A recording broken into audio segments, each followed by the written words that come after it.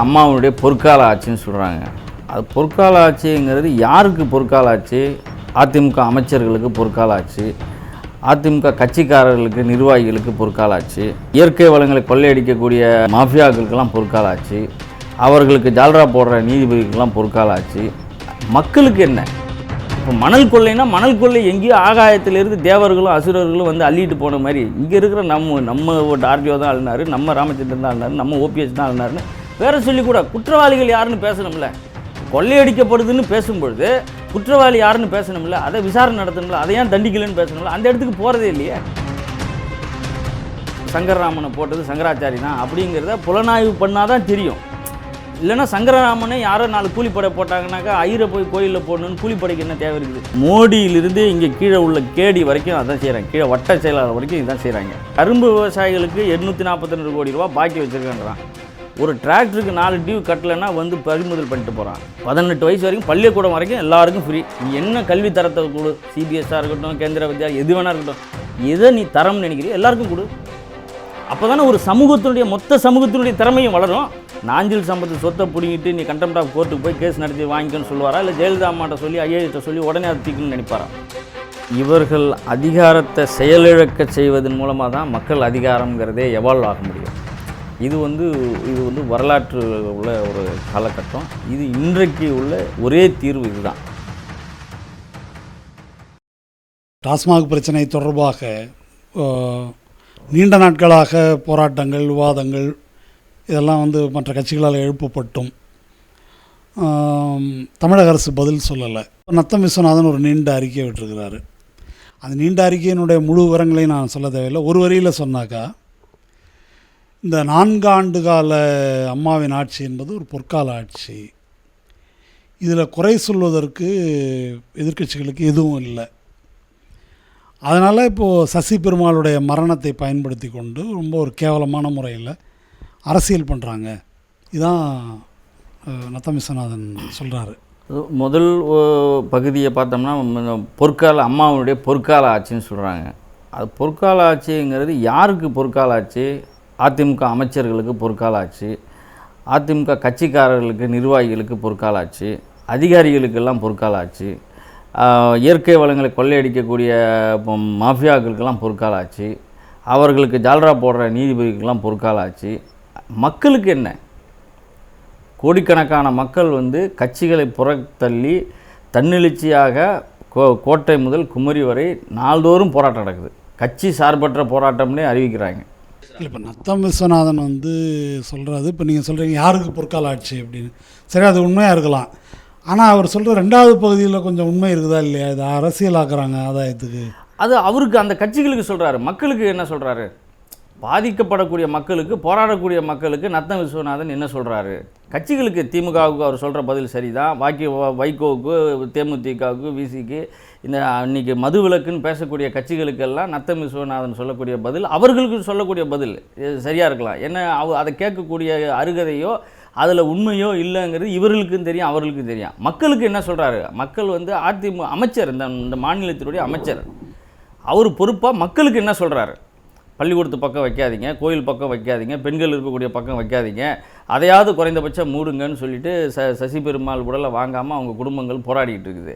அப்போ அதை பற்றி முடியும்னு சொல்லலாம், முடியாதுன்னு சொல்லலாம். ஒரே அடியாக பொய் சொல்கிறாரு. 1500 கடைகள் கிடையவே கிடையாதுன்னு. அப்போ கடை இருந்துச்சுன்னா அதை அடித்து உடச்சிடலாமா? அப்போ அடித்து உடைச்சா எந்தெந்த இடத்துல கடை இருக்குன்னு அமைச்சருக்கு தெரியுமா? அப்போ இன்றைக்கு விருத்தாச்சலத்தில் அடித்த கடை கூட பள்ளிக்கூடத்து பக்கத்தில் உள்ள கடை தான். கோயிலில் இப்போ 1.5 வருஷத்துக்கு முன்னாடி கோர்ட்டு உத்தரவு வாங்கினது பள்ளிக்கூடத்து பக்கத்தில், தேவாலயத்துக்கு பக்கத்தில் உள்ள கடை தான். அதனால் ஒரு அமைச்சர் இப்படி பொய் சொல்கிறதுங்கிறது இது ரொம்ப ஒரு, அதாவது என்னென்னா இவர்களுடைய தகுதியை தான் காட்டுது. இவர்கள்ட்டேருந்து இதை விட வேறு எதிர்பார்க்க முடியாதுங்கிறது தான் காட்டுது. அதாவது அதிமுக ஆட்சியில் இலக்கு வைத்து 30,000 கோடி ரூபா வருமானம், இப்படி இந்த 4 ஆண்டுகளில் முன் எப்போதும் இல்லாத அளவுக்கு தமிழ் மக்களை குடிக்க வைத்திருக்கிறார்கள் அப்படின்றது மறுக்க முடியாத ஒரு உண்மை தான். அவங்க அதை எதிர்த்து சில கேள்விகளை எழுப்பும்போது, அது மதுவிலக்கு முடியாதுன்னு முன்னால் கலைஞர் சொன்னார், அல்லது அவர் ஏன் சாத்தியமில்லை என்று சொன்னதற்கான அவருடைய வசனங்கள், காரணங்கள் இதெல்லாம் அடுக்கும்போது மக்களுக்கு ஒரு குழப்பம் ஏற்படுது. அதாவது தொலைக்காட்சி விவாதங்களில் எல்லா கட்சி பிரதிநிதிகளும் வர்றாங்க, ஆளுங்கட்சி பிரதிநிதிகளும் வர்றாங்க. கொள்கை பரப்பு செயலாளர் நாஞ்சில் சம்பத் போன்றவர்கள், அதில் வந்து டிகே இளங்கோவன் போன்றவர்கள் இவங்கெல்லாம் வர்றாங்க. அவங்கவுங்க கட்சி கருத்தை தான் பேசுகிறாங்க, அவங்களுக்கு வரம்புக்கு உட்பட்டு. மக்கள் சார்பில் யாரையும் பேசுகிற விடுறதில்ல, கேட்குறதில்ல. நீங்கள் வந்து இவர் சொல்கிறாரு, இதை பற்றி நீங்கள் என்ன சொல்கிறீங்கன்னு சொல்லி கிராமத்தில் பாதிக்கப்பட்ட ஒரு குடும்பத்தை வந்து பேச வைங்க, நேராக டிவியில் பேச வைங்க. இளங்கோவன் இப்படி சொல்கிறாரு, நீங்கள் என்ன சொல்கிறீங்க? இப்போது நத்தம் விஸ்வநாதன் சொல்கிறாரு, நீங்கள் என்ன சொல்கிறீங்க? அப்படிங்கிறத மக்களை நீங்கள் டெலிகாஸ்ட்டு கொண்டு வாங்க, அப்போ உண்மை தெரியும். இப்போ இவர்கள் எல்லாமே ஒரே அணி தான், இதே அதிகாரிகளை பாதுகாக்கணும். இப்போ நடவடிக்கை எடுக்கிறதுனா யார் மேலே நடவடிக்கை எடுப்பாங்க? இவங்க இதே ஐஏஎஸ் அதிகாரி, ஐபிஎஸ் அதிகாரி, இவங்கள தான். இவங்க எப்படி இவங்க மேலே இவங்க யார் நடவடிக்கை எடுக்கணும்? நடவடிக்கை எடுக்கக்கூடிய அதிகாரம் வந்து தேர்ந்தெடுக்கப்பட்ட எம்எல்ஏ எம்பி மந்திரிக்கு யாராவது இருக்கா? அப்போ இவர்கள் எல்லாமே ஒரே செட்டு தான். ஒரு பட்டிமன்றத்தினுடைய இரு குரூப்பு, ஒரு நடுவர் ஒரே ட்ரெயினில் வந்து திரும்பி ஒரே ட்ரெயின்லேயே சம்பளத்தை வாங்கிட்டு வீட்டுக்கு போகிற மாதிரி இவர்கள் கட்சிகள் எல்லாமே வெவ்வேறு குரல்கள், வெவ்வேறு கலரில் கொடி வச்சுக்கிட்டு வெவ்வேறு பேரில் இருந்தாலும் கூட இவர்கள் எல்லாம் இந்த மக்களுக்கு எதிரான, மக்களுக்கு வந்து சரியான தீர்வை தர முடியாத ஒரு அரசமைப்பை பாதுகாக்கிறதுக்காக, அதில் தன்னுடைய அதிகார பங்களிப்புக்காக தான் இவங்க பேசுகிறாங்களே தவிர மக்கள் நலன், நாட்டு நலன்ன்றது துளியும் கிடையாது இவர்களுடைய எல்லாருடைய பேச்சிலையும். உண்மை வந்து வெளியில் இருக்குது, மக்கள்கிட்ட இருக்காது. அதனால தான் இவர்கள் போகிறது வந்து அடுத்த நிகழ்வு வரும்போது அப்படியே மறைஞ்சு போகிறது. ஒரே காதல் படம் திரும்பி பல நூற்றுக்கணக்கான படம் வர்ற மாதிரி இது திரும்பி பேரை மாற்றி இவங்க ஆளை மாற்றி இப்படியே ஒரே கருத்தையே திரும்பி சொல்லிக்கிட்டே இருக்கிறாங்க. இது வந்து மக்கள் வந்து அதை பார்க்குறதில்ல. இப்போ மக்கள் அதிகமாக பார்க்குறது சீரியலை தான் பார்க்குறாங்க, இவங்க விவாதத்தை யாரும் பார்க்குறதில்ல. ரெண்டும் ஒன்றா தான் இருக்குதுன்னா இல்லை, சீரியலில் அவங்களுக்கு ஒரு திருப்தி கிடைக்குது. சரி, சீரியலை பார்க்குறதுல அவங்களுக்கு ஒரு திருப்தி கிடைக்குது, டைம் பாஸ் ஆகுது அப்படின்னு நினைக்கிறாங்க.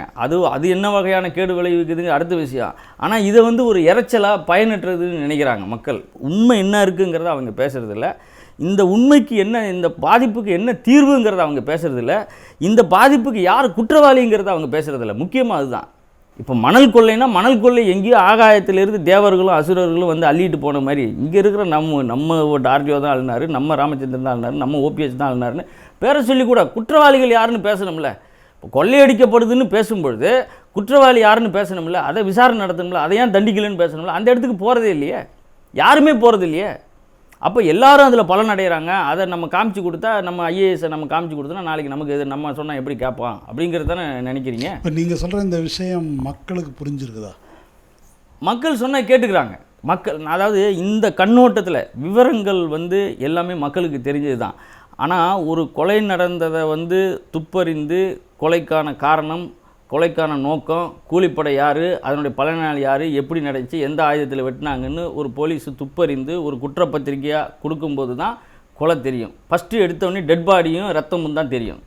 அதை வச்சுக்கிட்டு நீங்கள் என்ன முடிவு பண்ணுவீங்க? அது பின்னாடி புலனாய்வு செய்து தான் இவர் இப்போ சங்கரராமனை போட்டது சங்கராச்சாரி தான் அப்படிங்கிறத புலனாய்வு பண்ணால் தான் தெரியும். இல்லைன்னா சங்கரராமனே யாரோ 4 கூலிப்படை போட்டாங்கன்னாக்கா ஐயரை போய் கோயிலில் போடணுன்னு கூலிப்படைக்கு என்ன தேவை இருக்குது? அப்போ இதை மாதிரி சேர்த்து பார்க்கும்பொழுது தான் குற்றவாளி யாருங்கிறது தெரியும். அதை சேர்த்து மக்களுக்கு கொடுக்கும்போது உடனே புரிஞ்சுக்கிறாங்க. அதை தான் நாங்கள் செய்கிறோம். மக்கள் அதிகாரம் என்பது வந்து இந்த குற்றவாளிகளை, குற்றம் நடந்த விதத்தை சேர்த்து மக்களுக்கு நாம் கொடுக்குறோம். அது மக்களுக்கு தனித்தனியாக தெரிஞ்சிருக்கு. அதையெல்லாம் சேர்த்து கொடுக்கும்போது அவங்களுக்கு வந்து ஒரு சின்ன குழந்தைக்கு வந்து புள்ளி வச்சு புள்ளியை முடிவு செய்தோம்னா அந்த யானையினுடைய உருவம் தெரியும். அதை மாதிரி அந்த புள்ளியை மக்களுக்கு கோடு போட்டு காட்டுறோம். இதுக்கு சேர்த்து பாரு, இதுதான் யானை அப்படின்னு நம்ம காமிக்கிறோம். இதை வந்து அவங்க அனுபவத்தில் புரிஞ்சுக்குவாங்க, இதை வந்து வருவாங்க. அப்படின்னும்போது அவர்கள் வந்து சுலபமாக வந்து அந்த கட்சிகளை நிராகரிக்கிறது, மதிப்பிழக்க செய்கிறதுங்கிறது சுலபமாக செஞ்சிட முடியும் அப்படின்னு தான் நினைக்கிறேன் நான். மக்கள் அதிகாரத்தினுடைய முக்கியமான முழக்கமாக அருகதை இழந்தது அரசு கட்டமைப்பு, ஆள வருகிறது மக்கள் அதிகாரம் அப்படின்றது. அதை வந்து நீங்கள் இந்த அருகதை இழந்தது அரசு கட்டமைப்பு அப்படின்னா அது என்ன சொல்கிறீங்க? அருகதை இழப்பதுன்னா என்னன்னு நீங்கள் பொருள் கொள்கிறீங்க? அதாவது ஒரு கணவன் இருக்கான் அப்படின்னா தன்னுடைய மனைவிக்கு சம்பாரித்து கொண்டு வந்து கொடுக்கணும், அதற்குரிய கடமைகள் ஆற்றணும். தன்னை பெற்றெடுத்த பெற்றோர்களுக்கு அதற்குரிய கடமைகள் ஆற்றணும். தாம் பெற்ற பிள்ளைக்கு சோறு போட்டு அதனுடைய கடமைகள் ஆற்றணும். இது எல்லாம் இருந்தால் தான் மகன், கணவன், அப்பா அப்படிங்கிற இந்த பொறுப்புகள்ன்றது இருக்குது. அவன் வந்து மனைவியை எங்கேயாவது கூட்டி கொடுத்து 5000 வாங்கி சரக்கு அடிக்கலாமா? அப்பா அம்மாவை வந்து எங்கேயாவது துரத்தி விட்டு பிச்சை எடுத்து அதில் சம்பாதிக்கலாமா? பிள்ளைய தருதலையாக எங்கேயாவது ஓட விட்டு எக்கேடு கெட்டால் போகுதுன்னு சொல்லிவிட்டு இவன் எக்கேடு கெட்டு இருக்கலாமா? இது மாதிரி தான் ஏற்றுக்கொண்ட பொறுப்புகளை கடமைகளை செய்யாமல் அதற்கு நேர் எதிராக செய்கிறது. அப்போ இதை தான் அரசே செய்யுது. எந்த அரசு சொல்கிறீங்க? அதாவது நீங்கள் அரசு என்பது தமிழ்நாட்டுக்கு மட்டும் பேசலை, மோடியிலிருந்து இங்கே கீழே உள்ள கேடி வரைக்கும் அதான் செய்கிறாங்க. கீழே வட்ட செயலாளர் வரைக்கும் இதுதான் செய்கிறாங்க. ஒரு சாதாரண தாசில்தார் வரைக்கும், பிரதம அமைச்சர்லேருந்து கீழே வரைக்கும், ஜனாதிபதியிலேருந்து கீழே உள்ள கவர்னர் வரைக்கும் எல்லாத்துக்குமே இதை நீங்கள் பொருத்தி பார்க்கலாம். எதை செய்கிறாங்க? அதாவது இந்த அவங்க என்ன பொறுப்பு ஏற்றுக்கிட்டாங்களோ அவங்க எல்லாம் மைக்கில் வந்து பதவி பிரமாணம் எடுத்துக்கிறாங்க, உறுதிமொழி. இந்த அரசமைப்பு சட்டத்திற்கு விரோதமாக நான் நடக்க மாட்டேன், துரோகம் பண்ண மாட்டேன், இந்த நாட்டு மக்களுக்கும் நான் எல்லாத்தையும் தேனும்பாலும் நான் ஓடுற மாதிரி செய்வேன், இங்கே எக்காலத்தை உண்டு இவங்களோட உரிமைகளை நான் பாதுகாப்பேன்னு என்னென்னமோ பதவி பிரமாணம்லாம் அந்த கான்ஸ்டியூஷன் மேலே வச்சு எடுக்கிறாங்க. ஆனால் அதுக்கு நேர் எதிராக தான் இவங்க செய்கிறாங்க. நேர் எதிராக என்ன செய்கிறாங்கன்னா, பேச்சு உரிமை இருக்குது, கருத்து உரிமை இருக்குது, தொழிற்சங்க உரிமை இருக்குது, இயற்கை வளங்கள்லாம் பாதுகாக்கணும் இருக்குது, நாட்டினுடைய பெருமைகளை பாதுகாக்கணும் இருக்குது, இது மாதிரி கடமைகள் வச்சுருக்கான், இலவச கல்வி கொடுக்கணும்னு வச்சுருக்கான், சுகாதாரம் கொடுக்கணும்னா மருத்துவம் கொடுக்கணும்னு வச்சுருக்கான். இவங்க எண்ணற்ற சட்டங்களை அடிப்படை உரிமைகளாக வச்சுருக்கிறாங்க. இப்போ உடுக்க உடை, இருக்க இருப்பிடம், 3 வேளை சாப்பாடு, இதெல்லாம் உத்தரவாதம் செய்யப்படணும். இதெல்லாம் என்னுடைய பிரச்சனை கிடையாது, இதெல்லாம் உத்தரவாதம் செய்யப்படணும். ஆனால் இது எதுவுமே செய்யாமல் இது எல்லாம் தனியார்கிட்ட கொடுத்துட்டு நீ எல்லாம் காசு கொடுத்து வாங்கிக்க அப்படின்றான்.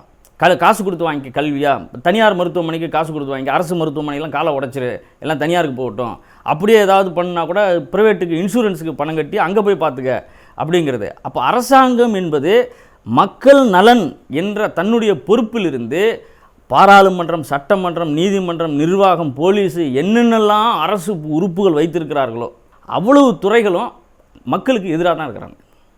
நீங்கள் மாசு கட்டுப்பாட்டு வாரியத்தை எடுத்துக்கங்க, நீர்வளத்தை எடுத்துக்கங்க, இப்போ வனத்துறையை எடுத்துக்கங்க, ஒவ்வொரு துறையும் இவன் என்னென்ன துறையெல்லாம் அமைச்சர் வச்சுருக்காங்களோ, என்னென்ன துறைக்கெல்லாம் இவர்கள் வந்து செக்ரட்டரி IAS வச்சுருக்கிறார்களோ எல்லாமே மக்களுக்கு எதிராக தான் செயல்படுறாங்க. நீ யார்? நீங்கள் சொல்வது வந்து டாஸ்மாகிற்கு மட்டுமல்ல, எல்லா பிரச்சனையும் சொல்கிறேன். கரும்பு விவசாயிகளுக்கு 842 கோடி ரூபா பாக்கி வச்சுருக்கேன்றான். ஒரு டிராக்டருக்கு 4 டியூ கட்டலைன்னா வந்து பறிமுதல் பண்ணிட்டு போகிறான். இப்போ கரும்பு விவசாயிகள் பணத்தை கொடுன்னு சொல்லி டெல்லியில் போய் போராட்டம் பண்ணுறாங்க, இங்கே வந்து நாமம் போடுறாங்க, பட்டை போடுறாங்க, பாடக்கட்டும் போராட்டம், உண்ணாவிரதம், கருப்பு துணி, கடலில் போயிருக்காங்க, தூக்குமாடி, எல்லா போராட்டம் பண்ணி பார்த்துட்டாங்க, காசை கொடுக்கல. இப்போ டிராக்டரை தூக்கிட்டு போகும்போது விவசாயிகள் ஏன் ஆலையை நீ எவ்வளோ மீதி காசு எவ்வளோ கொடுக்கணும்னு சொல்லி, ஆலையை நாங்கள் நிர்வகிச்சுக்கிறோம், எனக்கு 842 கோடி ரூபா இருக்கிற கரும்பு ஆலை எவ்வளோ வந்துட போகுது, 30 கோடியா 50 கோடியா 100 கோடி, எவ்வளோ விலையை சொல்லு, மீதி காசை நாங்கள் கொடுத்துட்றோம், பேங்க்காரனை கேரண்டி. நீ எப்படி இருந்தாலும் பேங்க்கில் கடன் வாங்கி தான் இருக்க போகிறேன், பேங்க் யார் பணம், எங்கே பணம், நான் அந்த கடன் நான் வச்சுக்கிறேன், நீ வெளில போ. இப்படி ஏன் சொல்லக்கூடாது? நீ ஏன் போய் கலெக்டர்கிட்ட போய் கலெக்டருக்கு கரும்பு காசு கொடுன்றான், அவன் கொடுக்க முடியாதுன்றானே. அப்போ கலெக்டருக்கு கொடுக்கக்கூடிய அதிகாரம் இல்லாத போது கலெக்டர்கிட்ட போய் ஏன் மனு கொடுத்துட்ருக்கேன்னு கேட்குறேன் நான். கலெக்டர் ஏதோ பிடிச்சி கொடுத்து நீ சொன்னால் உன் பேச்சு அவன் கேட்குறதே இல்லை, நீ சொல்கிறத மதிக்கிறதே இல்லை, நீ எதுக்கு என்ன கூப்பிட்டு பேசுகிற? அப்போ இதில் யார் தீர்வு காண்றது? இதுதான் வந்து மக்கள் வந்து அவனை நம்பி பிரயோஜனம் இல்லை, நீங்கள் தான் அதிகாரத்தை வந்து செலுத்தணும். இது மாதிரி ஒவ்வொரு கல்வி கட்டணும், 5000 ரூபா கட்டுன்னு 10,000 ரூபா கட்டுன்னு கட்டணக்கு போடுறான், 50,000 ரூபா கட்டு இஷ்டம் தான் படிக்கலன்னா போன்றான், அவமானப்படுத்துகிறான். 14 வயசு வரைக்கும் இலவச கல்வின்னு சொல்கிறேன். அன்றைக்கி போட்டால் 1950 14 வயசு வரைக்கும். அப்போ PUCன்னு இருக்குது, SSLC இருந்துச்சு.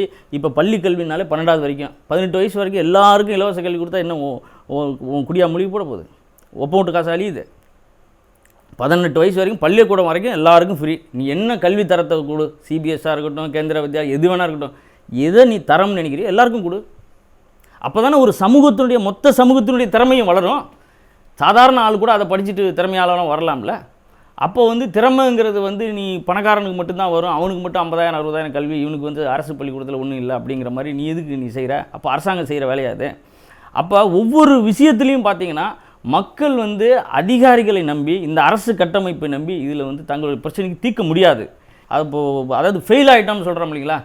ஒரு 4 கொஸ்டின் ஃபெயில் பதிலே தெரிலன்னா அவன் ஃபெயில் ஆகிட்டான்னு சொல்கிறான்ல, அந்த மாதிரி அவனுக்கு தெரில, அப்போ ஃபெயில் ஆகிட்டான், அப்போ அவன் வந்து தோத்துட்டான். இந்த விஷயத்தை வந்து இந்த மக்களை 100 கோடி 120 கோடி மக்களை சரியானபடி ஆளுகின்ற தகுதியை வந்து இந்த வந்து ஆளுநருக்கு வந்து இழந்துடுச்சு. யாரெல்லாம் டாட்டா, பிர்லா, அம்பானி, முதலாளி, மோடி, அவை எல்லாம் சொன்னாலும் நீ சாதாரண மக்களுடைய சாப்பாடு 3 வேளை சாப்பாடு பிரச்சனையை, அவர்களுக்கு கல்வியை, சுகாதாரம் இதை கொடுக்கறதுக்கு உன்னால் முடியல. அப்போ இதை வச்சு தான் ஒரு நாட்டினுடைய வல்லரசு என்பதை வந்து தீர்மானிக்கணுமே தவிர, அம்பானிகிட்ட வந்து நீர்மூழ்கி கப்பல் இருக்குது, அவன் வந்து ஏவுகணை விட்டான், இது மாதிரி அப்துல் கலாம் வச்சு இந்த மாதிரி வந்து விளம்பர இப்போ விளம்பரதாரரை வச்சு வல்லரசுன்னு காட்ட முயற்சி பண்ணுறது, வளர்ச்சின்னு காட்ட முயற்சி பண்ணுறது, இது வந்து நீடிக்காது. சாதாரண மக்கள்கிட்ட தாமரை இலை தண்ணீர் போல தான் இருக்குது. தோற்றுவிட்டது இந்த அரசு அப்படின்னு நீங்கள் இப்போ இது மாதிரி ஆதாரங்களோடு நிறுவலாம். அதன் காரணமாக இந்த சட்டத்துக்கு கட்டுப்பட தேவையில்லை, சட்டத்தை நீங்களே கையில் எடுத்துக்கொள்ளலாம். உதாரணமாக பச்சைப்பன் கல்லூரி மாணவர்கள் நடத்தின போராட்டம், கையில் இப்படி தடி எடுத்தவன் தண்டல்காரன், அது சரியா? அந்த கேள்விக்கு என்ன பதில் சொல்லுவீங்க? அதாவது இது வந்து இப்போ ஒரு குறிப்பிட்ட பெரும்பான்மையான மக்கள் வந்து இந்த சட்டத்தினால் எந்த பயனும் இல்லை அப்படிங்கிறத நிற்கிறாங்க, வெளியில் நிற்கிறாங்க. இந்த அரசுனால் நான் சொன்ன மாதிரி கலெக்டர், முதலமைச்சர், இதனால் எவன் ஆண்டா என்ன, எங்களுக்கு எந்த மாற்றம், எங்கள் வாழ்க்கையில் எந்த மாற்றம் நடக்க போகிறதில்ல. ஒரு ஆட்டோ டிரைவருடைய வாழ்க்கையிலையோ, ஒரு சிறு வியாபாரிகளுடைய வாழ்க்கையிலையோ, இல்லை தள்ளுவண்டி வச்சு 12 மணி வரைக்கும் குடும்பத்தோடு இட்லி வைக்கிறவர்களோ, அல்லது பிஇ எம்எஸ்சி பிஎட் முடிச்சிருக்க வாழ்க்கையிலையோ வந்து எந்த மாற்றமும் ஏற்பட போகிறதில்ல. குறைந்தபட்சம் அவனுக்கு 30 வயசில் கல்யாணம் கூட ஆக போகிறதில்ல, எந்த ஆட்சி நடந்தாலும். அது விட்டுடுங்க. ஆனால் இந்த அரசமைப்பு மேலே இன்னும் சில பயனடையக்கூடியவர்கள் சில நம்பிக்கையில் வைத்திருக்கிறாங்க. அவங்க தான் இப்போ இதை இறுக்கி பிடிச்சிட்டு இருக்காங்க. ஒரு நடுத்தர வர்க்கம், மேல் நடுத்தர வர்க்கம், இதை மாதிரி ஒரு குறிப்பிட்ட பர்சன்டேஜ் மக்கள் இதன் மேலே நம்பிக்கை வச்சுருக்கிறாங்க. இவர்கள் வந்து இதை நம்புகிறாங்க. ஆனால் அது அவர்களுக்கும் எதிராக இருக்குங்கிறது தான். அப்போ இந்த அவர்களையும் இந்த பக்கம் இழுக்க வேண்டியிருக்குது. அதாவது இப்போ நான் 2 லட்சம், அவங்க தான் சட்டத்தின் ஆட்சியை பற்றி பேசுகிறாங்க, அதை பாதுகாக்கிறாங்க. இதை மேலே வந்து இப்போ நடிகர் சிவகுமார் ஒரு விஷயத்தை பேசுகிறாரு, இல்லை ஒரு இப்போ அப்துல் கலாம் பேசுகிறாரு, இல்லை வந்து யாரெல்லாம் இந்த சகாயம் பேசுகிறாரு, இந்த மாதிரி நபர்களை வைத்துக்கொண்டு இந்த மேலும் நம்பிக்கை ஏற்படுத்துகிறாங்க. அப்போ இவர்கள் வந்து நான் 1 லட்சம் 2 லட்சம் சம்பாதிக்க வைக்கிறேன், எனக்கு எந்த பிரச்சனையும் இல்லைன்னு சொல்கிறாங்க. ஆனால் நீ 2 லட்சம் சம்பாரிச்சுன்னா நீ 2 லட்சம் சம்பாதிக்கிற ரைட்டு, உனக்கு இந்த அமைப்பு வழங்குது. ஆனால் 2 லட்சத்தில் உங்ககிட்ட வந்து ஃப்ளாட்டுக்காரன் ஏமாற்றிடுறான், ரியல் எஸ்டேட்டுக்காரன். உன்கிட்ட தனியார் ஆஸ்பத்திரியில் ஜுரத்துக்கே டெஸ்ட்டு பண்ணி கிட்டத்தட்ட 50,000 வாங்கி உன்னை ஏமாற்றிடுறான். அப்புறம் வந்து இப்போ ப்ரைவேட்டு ஸ்கூல் உன்னை ஏமாற்றிடுறான், தனியார் சுயநிலை. நீ வந்து ஒரு கிரிமினல் கும்பலோடு நீ வாழ்ந்துக்கிட்டு இருக்கிறன்றதை. இப்போ உனக்கு அவங்களாம் நம்பிக்கையான ஆள் கிடையாது. நீ இந்த பக்கம் இந்த சமூகத்தில் சாதாரண மக்கள் இருக்கிறாங்கள, இவர்களையும் சேர்த்து இதற்கு நீ வந்தால் தான் உனக்கு நிரந்தர பாதுகாப்பை தவிர நீ வச்சுருக்கிற பணமும் அந்த உத்தியோகமாக நீ எப்போ வேணாலும் வேலையை விட்டு தூக்கிறோம். உனக்கு வேலையை விட்டு தூக்கிட்டா உனக்காக போராடுறது இவன் தான் போராடணும். நீ 2 லட்சம் வாங்கி நாளைக்கு போகணுன்னா இப்போ வெளில போட நான் என்ன, நீ எங்கே போவ நீ? அப்போ இவங்க தான். அப்போ அவர்களுக்கு வந்து நம்ம புரிய வைத்து அவர்களையும் நம்ம இப்போ திருப்ப வேண்டியிருக்கு. அப்போ சட்டம் தீர்ப்பு அப்படிங்கிறது வந்து அது பேப்பரில் உள்ள விஷயங்க. இப்போ சட்டத்தில் நீ என்ன வேணாலும் அது நீ எழுதுனது என்ன கேட்டுட்டு எழுதலை, எனக்கு என்ன பிரச்சனைன்னு கேட்டு எழுதலை, என்ன விவாதம் பண்ணி எழுதலை, நீயா எழுதிட்டு வந்து இதுக்கு நீ கட்டுப்படுங்கிற. அது எனக்கு நான் ஏற்றுக்கிட்டால் தான் எனக்கு நல்லது இருக்குது, எனக்கு சாதகமாக இருக்குது, நியாயமாக இருக்குன்னா தான் நான் ஏற்றுக்க முடியும். நீயா ஒன்று எழுதிட்டு வந்து நீ இதை கட்டுப்படணும் அப்படின்னு சொன்னீங்கன்னா கட்டுப்பட வேண்டிய அவசியம் இல்லை. இல்லை, அரசியல் சட்டம், தேர்ந்தெடுக்கப்பட்ட நாடாளுமன்றம், தேர்ந்தெடுக்கப்பட்ட சட்டமன்றம், ஜனநாயகபூர்வமாக அமைந்த ஒரு அரசு, இதுக்கு ஒரு லெஜிட்டிமசி இருக்குது இல்லையா? அது வந்து நீங்கள் தான் அதுக்கு விளக்கம் சொல்கிறது நீங்கள் தான், அது சரியாக தப்பான்னு முடிவு பண்ணுறது நீங்கள் தான், எல்லாமே நீங்கள் தான். அதில் எனக்கு எந்த பாத்திரமும் கிடையாது. இப்போ நான் தேர்ந்தெடுத்து ஒரு எம்எல்ஏவை அனுப்புகிறேன், அவருக்கு என்ன இங்கேருந்து மெட்ராஸுக்கு போய் எம்எல்ஏ வீட்டில் தங்கலாம், இப்போ கோட்ரஸில் தங்கலாம், சட்டமன்றத்துக்கு போகலாம், கைத்தட்டலாம், திரும்பி அந்த மெஸ்ஸில் சாப்பிடலாம், திரும்பி வரலாமே தவிர இதை தவிர அவருக்கு வேறு என்ன உரிமை இருக்குது? எம்எல்ஏக்கு என்ன பேசிட முடியும்? இது நான் சொல்கிறது ஆர்டினரி எம்எல்ஏக்கு. இதோட கட்சி எம்எல்ஏ இருந்தால் அதுவும் கிடையாது, பெஞ்சு தட்டுறதோடு ஒரு வேலை முடிஞ்சு போயிடுது. ஒரு கட்சியை சார்ந்த எம்எல்ஏவாக இருந்தால் எங்கள் தொகுதி பிரச்சனையை பற்றி, கல்வி பிரச்சனையை பற்றி, கட்டண கொள்ளையை பற்றி, அது மணல் கொள்ளையை பற்றி அவர் பேசிட முடியுமா வாயத்திறந்து? எனக்கு எம்எல்ஏன்னு நான் சொல்லிக்கலாம். ஆனால் அவர் வந்து கட்சியினுடைய அடிமையாக மாறிடுறாரு. இப்போ நீ என்ன மின் கட்டண உயர்வை பற்றி விவாதம் பண்ணி மின் கட்டணத்தை குறைச்சிருக்கியா, இல்லை விவசாயிகளுக்கு கரும்பு இதை பற்றி அனல் பறக்கும் விவாதம் பட்டிமன்றம் மாதிரி பயங்கரமாக பேசி அதிலே தான் குறைச்சிருக்கியா, இல்லை கேஸ் மானியத்தை வந்து குறைக்கிறது, விலைவாசி உயர்வை பற்றி பயங்கரமாக நீ அனல் பறக்கும் விவாதம் பண்ணி ஏதாவது தடுத்து நிறுத்தியிருக்கியா? நீ சட்டமன்றத்துக்கு போனதுனால கெடுதல் தானே தவிர நல்லது ஒன்றும் கிடையாது. அதே மாதிரி நீ ஐஏஎஸ் நீதிமன்றம் அப்படின்னு சொல்கிறதெல்லாம் நீ வந்து என்ன நடக்குதுன்னு கேட்குறேன். இப்போ இந்த இவருடைய சசி பெருமாள் விஷயத்தில் கூட அது குறித்த விவாதங்களில் ஒன்று சொன்னாங்க, இவர் எதுக்கு டவரில் ஏறுறாரு, கண்டெம்ட் ஆஃப் கோர்ட்டு போடலாம்ல. அதாவது இது வந்து அதான் சொல்கிறேன்ல, அந்த பத்திரிக்காரர் அவருக்கு ஒரு பிரச்சனை இருந்து அவருக்கு ஒரு நீதிமன்ற தீர்ப்பு கொடுத்து கண்டெம்ட் ஆஃப் கோர்ட்டு போட்டுக்குன்னு சொல்லி அவர் யார் சொல்கிறாரோ அவருக்கு அந்த நிலைமையை ஏற்படுத்தினோம்னா அவருக்கு என்னன்னு தெரியும். அவருக்கு பிரச்சனை அவருக்கு. சசி பெருமாளாவது பொது பிரச்சனைக்காக உயர்நீதிமன்றம் போனார். யார் கண்டெம்ட் கோர்ட்டு போடுறாங்களோ, இப்போ நாஞ்சில் சம்பத்து தான் அதை சொல்கிறாரு. இன்னொரு பத்திரிகையாளர் சொல்கிறாரு, நாஞ்சில் சம்பத்து சொத்தை பிடிங்கிட்டு நீ கண்டெம்ட் ஆஃப் கோர்ட்டுக்கு போய் கேஸ் நடத்தி வாங்கிக்கன்னு சொல்லுவாரா, இல்லை ஜெயலலிதா அம்மாட்ட சொல்லி ஐஏஎஸ்ட்ட சொல்லி உடனே அதை தீக்கணும்னு நினைப்பாரா? அதாவது இது வந்து சும்மா நீ அடுத்தவனுக்கு என்ன சொல்கிறியோ அதை உனக்கு சரியாக இருக்கான்னு பார்த்து சொல்லணும். நீங்கள் கண்டெம்ட் ஆஃப் கோர்ட்டு போட்டோம்னா நம்பரே ஆகாதுங்க. நம்பரே ஆகாது. கண்டெம்ட் ஆஃப் கோர்ட்டு போட்டால் நம்பரே ஆகாது. அதில் ஒரு அவரே விவாதத்திலே சொல்கிறார், இது ஒரு செத்துட்டதுனால இது பெருசாக பேசப்படுதுங்க, இதை மாதிரி ஏகப்பட்ட உத்தரவு அமல்படுத்தாமலே இருக்குது. இல்லை நீங்கள் இந்த சட்டத்தை கையில் எடுத்துக்கொள்வதுன்றது வந்து ஒரு போலீஸ்காரரோ அல்லது ஒரு தொலைக்காட்சியினுடைய ஆங்கர் இருக்கார் இல்லையா, அவங்கெல்லாம் ஒரு நெருப்பை கையில் எடுக்கிற மாதிரி நீங்கள் எப்படி அதை தொட முடியும், அப்படி பேசுகிறாங்க இல்லையா? அப்போ நாங்கள் தொடுவோம், நீ வந்து தொடு. இப்போ என் பிரச்சனைக்கு சட்டத்தை வந்து உன் சட்டம் வந்து என்னை தடுக்குது, என்னுடைய விவசாயத்தை தடுக்குது, என்னுடைய வாழ்வு உரிமையை தடுக்குது, என்னுடைய கல்வி உரிமையை தடுக்குது, என்னுடைய மருத்துவ உரிமையை தடுக்குது அப்படின்னா உன் சட்டத்தை நான் மதிக்க வேண்டிய அவசியம் கிடையாது. அதாவது இப்போ நான் கேட்குறேன், இப்போ சட்டமன்றம், பாராளுமன்றம், நீதிபதிகள் இவங்கெல்லாம் யார்? கலெக்டரு, ஐபிஎஸ் அதிகாரிகள், நீங்களாம் யார்? மக்களுக்காக பாதுகாக்கிறதுக்காக தான் நீ வர்ற. நீ பெரும்பான்மையான மக்களுக்கு இல்லை, நீ குறிப்பிட்ட மக்களுக்கு தான் பாதுகாக்கிறன்றது ஏற்கனவே உள்ள நிலைமை. பணக்காரர்களுக்காக தான் இருக்குன்றது அதெல்லாம் நிலைமை. ஆனால் இப்போ என்ன ஆகுதுன்னு கேட்டிங்கன்னா, இந்த சாதாரண மக்களை பராமரிக்கக்கூடிய ஒரு சாதாரண அடிப்படை வசதிகள் கூட நீ செய்ய மாட்டேங்கிறீங்க. அதுக்கு கூட போற வேண்டியிருக்கு. குடி தண்ணீருக்கு ரோட்டுக்கு வர்றவன் எத்தனை நாள் உங்கள்கிட்ட மனு கொடுத்தா குடி தண்ணீருக்கு ரோட்டுக்கு வருவான். குடி தண்ணீரில் நீ என்ன காம்ப்ரமைஸ் பண்ணிக்குவ, என்ன விட்டு கொடுக்க முடியும்? குடி தண்ணீருக்கு பொம்பளைங்க குடத்தை எடுத்து ரோட்டுக்கு வருதுன்னா அது அந்த அளவுக்கு நீ உன்னுடைய ஆட்சி நிர்வாகம் இருக்குன்னா அதில் என்ன காம்ப்ரமைஸ் பண்ணிக்க முடியும்னு கேட்குறேன். உன் வீட்டுக்கு நிறுத்தி பார்த்தா தெரியும். அப்போ சட்டத்தை கையில் எடுக்கிறதுங்கிறது இப்போ போராட்டமோ முற்றுகையோ இது எதுவுமே சட்டத்தில் சொல்லப்படல. ரோட்டில் குடத்தோடு வரணுங்கிறது உங்கள்கிட்ட பர்மிஷன் கேட்க முடியாது, சட்டப்படி தப்பு தான். ஆனால் வேறு என்ன வழி இருக்குது சொல்லு நீ? அதாவது சட்டத்தை கையில் எடுப்பதுன்றது அவர்கள் அச்சுறுத்துவது போல பெரிய விஷயம் இல்லை, அது யதார்த்தமாக வாழ்க்கையில் யதார்த்தமாக இருக்குது. நீ அது பூச்சாண்டி காட்டுற. அதாவது இது கருவறைக்கு திறந்தே இருந்தாலும் ஐயருக்காக ரொம்ப நேரம் நின்றுட்டே இருப்போம். சரி, அந்த சூடத்தை நாம் கொளுத்திட்டு போவோமே அப்படின்ற மனசு டக்குன்னு மாறாது. அவர் கடவுளுக்கு நேராக போகிறதுக்கு அதை மாதிரி காலங்காலமான பழக்கங்கள், அந்த மூளைக்கு போடப்பட்ட விலங்கு, இதை மாதிரி தான் வந்து தாலியை கட்டினா அந்த பெண்களுக்கு, அதை மாதிரி இந்த சட்டத்தின் மீது, அரசு மீது மக்களுக்கு ஒரு பயத்தை ஏற்படுத்தி வச்சுருக்காங்க. நீ சொல்கிற சட்டத்தின் பேர்னு சொல்கிறது மக்களின் பேரால் தான். மக்கள் தான் சட்டங்கிறது. என்ன தவிர்த்துட்டு உனக்கு என்ன ஒரு சட்டம் இருக்க முடியும்னு கேட்குறேன். அப்போ மக்களுடைய இறையாண்மை, மக்களுடைய ஜனநாயக உரிமை, இது நீ உன்னுடைய நிர்வாகத்தில் எனக்கு என்ன பங்குன்னு, என்னை பற்றி நீ என்ன பேசுகிறேன்னு கேட்குறேன். லட்சக்கணக்கான விவசாயிகள் இருக்காங்க, லட்சக்கணக்கான தொழிலாளி இருக்கிறாங்க. என்னை பற்றி உன்னுடைய நிர்வாகத்தில் நீ பேசாமலே நீயே எனக்கு எதிராக ஒரு உத்தரவு போட்டு நீ அமல்படுத்தி கீழ்ப்படின்னு சொன்னீங்கன்னா நான் எதுக்கு கீழ்ப்படியணும்? அப்போ இதை மீறுவது அப்படிங்கிறது வந்து ஒன்றும் தப்பு இல்லை, இது வந்து வேறு வழி இல்லை. ஆனால் இது ஒரு அராஜகத்துக்கு வழிவகுக்காதா? அதாவது இவர்கள் செய்யக்கூடிய அழிவை விட அது ஒன்றும் பேரழிவு ஏற்படுத்த போகிறதில்ல. அது வந்து ஒரு மாற்று, அதாவது சரியில்லாத ஒன்றை அகற்றும் பொழுது புதுசாக வருவது எப்படி இருக்கும், என்ன ஏது அப்படிங்கிறது வந்து அது ஒரு ஸ்ட்ரோக்கில் ஒரு குறிப்பிட்ட அளவில் குறிப்பிட்ட நபர்களால் முடிவு செய்யப்படுவதல்ல. நாளைக்கு நாம் உடனே போய் போலீஸ் வேலை, ஐஏஎஸ் வேலை, பிடபிள்யூ வேலை, மாசு கட்டுப்பாடு இன்ஜினியர் வேலை நான் பார்க்க முடியாது. ஆனால் அவர்களை கையாளக்கூடிய, அவர்களை கட்டுப்படுத்தக்கூடிய அறிவும் ஆற்றலும் போராடக்கூடிய நபர்கள், விவசாயிகளுக்கோ தொழிலாளிகளுக்கோ வந்துடுச்சுன்னா அவங்கள சட்டையை பிடிச்சி நம்ம நிலை நிறுத்த முடியும். நீ இந்த மாசு கட்டுப்பாட்டு வாரியத்தில் நீ கிளியரன்ஸ் சர்டிஃபிகேட் கொடுக்குறேன்னா என்னை கேட்டுட்டு தான் நீ கொடுப்ப. நீ அப்போ நீ கேட்காம கொடுத்தீங்கன்னா நான் கேள்வி கேட்பேன். உன்னை புதியது ஒரு போராட்டத்தின் ஊடாக வரும்.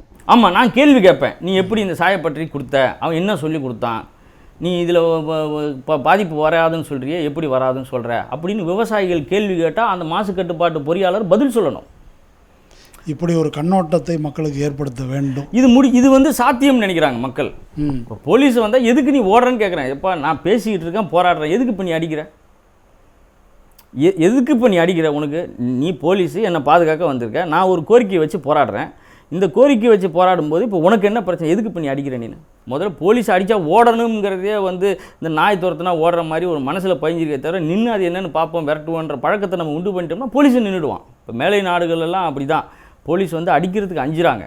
அவன் வந்து இன்னும் கேட்டிங்கன்னா போராடுறவன் தான் சுற்றி போலீஸ் மூஞ்சில் குத்துறானே தவிர அவங்க அடிக்கிறதுக்கு அஞ்சுறாங்க. ஏன்னா அடித்தா மிகப்பெரிய அளவில் கலவரம் ஆகிடும் போலீஸ். அந்தளவுக்கு மனிதனுடைய மாண்பு, ஒரு இண்டிவிஜுவல் டெமோக்ரஸிலாம் இருக்குது. இங்கே வந்து ஒரு 5 போலீஸாக 500 பேரை அடித்து விரட்டுறான், சிட்டுக்குருவி மாதிரி ஓடுறாங்க. அப்போ இதெல்லாம் வந்து ஓடாமல் இப்போ என்ன பிரச்சனை சொல்லு? ஏசியாக கூப்பிடு, டிசியாக கூப்பிடு, என்ன பிரச்சனை உனக்கு? டாஸ்மாக்கு நாங்கள் மூடுன்னு சொல்கிறோம், மக்களுக்கு கேடுன்னு சொல்கிறோம், பள்ளிக்கூடம் பக்கத்தில் பசங்களாம் குடிக்கிறான்னு சொல்கிறோம். இது மூடி உன் பிரச்சனை, நான் சொல்கிறது நீ செய். ஆனால் நீ உங்களுடைய கேள்விக்கு விளக்கங்களோ உங்களுடைய ஐயங்களுக்கு தெளிவோ நியாயமோ பேசுவதற்கு அவர்கள் வருவதில்லை. இந்த அதிகாரத்தை நிலைநாட்ட நாங்கள் வந்திருக்கிறோம், சரி தப்பை பற்றி பேசுவதற்கு, சட்டம் பேசுவதற்கு இல்லை. கலைஞ்சு போறியா இல்லையா? இதுதான் போலீஸ் பேசுகிறது எப்பொழுதும். அதாவது இவர்கள் அதிகாரத்தை செயலிழக்க செய்வதன் மூலமாக தான் மக்கள் அதிகாரங்கிறதே எவால்வ் ஆக முடியும். இது வந்து வரலாற்று உள்ள ஒரு காலகட்டம். இது இன்றைக்கு உள்ள ஒரே தீர்வு இதுதான், வேறு தீர்வு கிடையாது.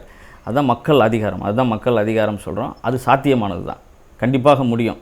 மக்கள் இந்த அரசியலை ஏற்றுக்கொள்ளும் பொழுது, இந்த அரசியல் புரிதலுக்கு அவர்கள் தங்களை உட்படுத்தி கொள்ளும் பொழுது, இது வந்து ரொம்ப ரொம்ப சுலபமாக அவர்களுடைய அனுபவத்திற்கும் அவர்களுடைய அர்ப்பணிப்பு தியாகத்துக்கும் இந்த அதிகாரிகளுடைய அடக்குமுறை என்பது ஒரு சாதாரண விஷயம். இந்த அரசு போலீஸு அடக்குமுறை என்பது அவர்கள் வந்து அதை பெரிய கருவியாக நினைக்கிறாங்க. அது வந்து மக்கள்கிட்ட வந்து உண்மையான அவர்கள் அதிகாரம்ன்றது அவர்கள் அந்த பொருளில் அவர்கள் எதிர்கொண்டாரானால், அடிமைகள் இந்த சட்டத்துக்கு கட்டுப்பட்டு பயந்து இருக்கும்பொழுது உன்னுடைய அடக்குமுறைகளும் அதுவும் நடக்குது. அவர்கள் உண்மையான அந்த அரசியலை, இந்த புரிதலை ஏற்றுக்கொண்டால் எத்தனை போலீஸ் வந்தாலும் அந்த அடக்குமுறைகளை வந்து அவர்கள் வந்து செயலிழக்க செய்வார்கள். மக்கள் அதிகாரம் என்ற இந்த கருத்தாக்கத்தை டாஸ்மாக் எதிர்ப்பு போராட்டத்தின் ஊடாக தமிழக மக்கள் புரிந்து கொள்வார்கள், தங்கள் உரிமையை, தங்கள் அதிகாரத்தை நிலைநாட்டிக் கொள்வார்கள் என்று நம்புவோம். நன்றி.